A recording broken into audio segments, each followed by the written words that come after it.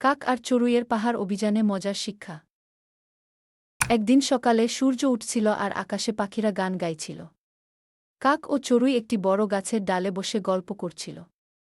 হঠাৎ কাক জিজ্ঞাসা করল, চড়ুই, তুমি কি কখনো পাহাড়ে গিয়েছ? চড়ুই উত্তরে বলল, না, তবে শুনেছি সেখানে চমৎকার সব জিনিস আছে। কাক সঙ্গে সঙ্গে রোমাঞ্চকর পরিকল্পনা করল, তারা পাহাড়ে যাবে। পরের দিন ভোরে কাক আর চড়ুই উড়তে শুরু করল পাহাড়ের দিকে। রংবেরঙের প্রজাপতি আর দারুণ প্রাকৃতিক দৃশ্যে তারা পথ পেরিয়ে যাচ্ছিল। তারা আনন্দে গান গাইছিল এবং নতুন কিছু শেখার জন্য খুবই উচ্ছ্বসিত ছিল। কাক বলল, চড়ুই, পাহাড়ে গিয়ে আমাদের চারপাশের যা কিছু দেখবা তা থেকে অনেক নতুন কিছু শেখা যাবে। চড়ুই খুশিতে ঝলমল করে বলল, তোমার কথাই ঠিক। পাহাড়ে পৌঁছে তারা নতুন বন্ধুদের সাথে পরিচিত হল, একদল পাহাড়ি পাখির সাথে।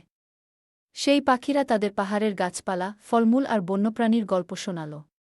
চড়ুই শিখলা, পাহাড়ের প্রকৃতি যত গভীরভাবে জানবে ততটাই মজাদার হবে।